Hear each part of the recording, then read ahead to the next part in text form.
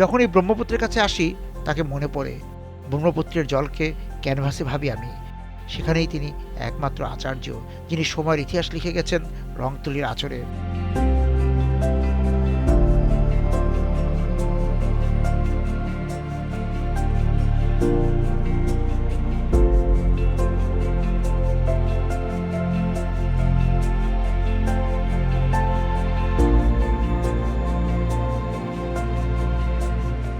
মানুষের আনন্দ, মানুষের দুঃখ, অভাব, সচ্ছলতার বৃত্তান্ত যিনি এঁকে গেছেন ব্রহ্মপুত্রের পাড়ে বসে, তিনি জয়নুল।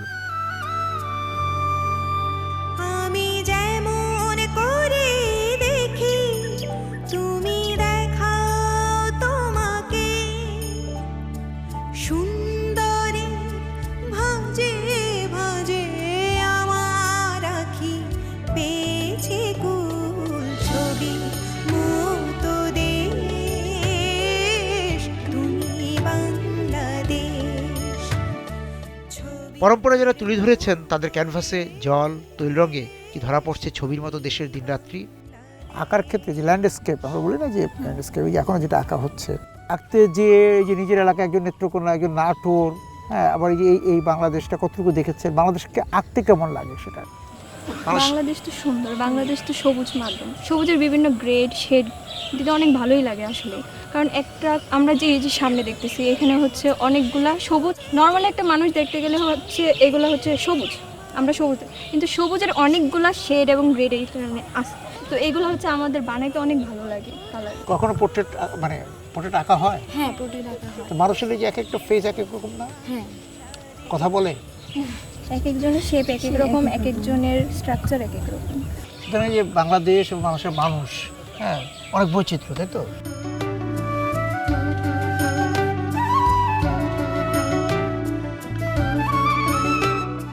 ঘরের বাইরে এসে ছবি আঁকা কে প্রথম? আর অন্য সময় কোথায় ছবি তুলো, আঁকো? ছাদে আঁকি, বাসায় আঁকি।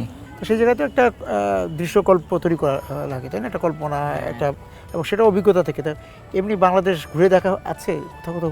না, এমনি ঘুরি নেই বাংলাদেশ, এমনি ঘুরি কোনো জায়গায় যাওয়া হয় না। ময়মনসিংহেই? হ্যাঁ, তো যখন যে এরকম ল্যান্ডস্কেপ, এরকম দৃশ্য আঁকতে যাও, তাহলে তখন সেটা কিভাবে এটা আঁকি হলো মোবাইল থেকে ছবি নেই, বিভিন্ন ছবি সংগ্রহ করি, সংগ্রহ থেকে পরে আঁকি। এবং এই যে ছবির মতো দেশ বাংলাদেশ না, তা বাংলাদেশ ঘুরে দেখতে ইচ্ছে করে? ইচ্ছা করে, কিন্তু পড়াশোনার এই যে চাপ পরে আরও আদার্স তো কাজ করি, তো তবলা গান এগুলো করি। কিন্তু যে এই পরীক্ষা পড়ার চাপে করে দেশ ঘুরে দেখা হয় না। হ্যাঁ, কিন্তু ছবি আঁকতে হলে এই ক্যানভাসে তো আসতে হলে তো এইটা দরকার, তাই না?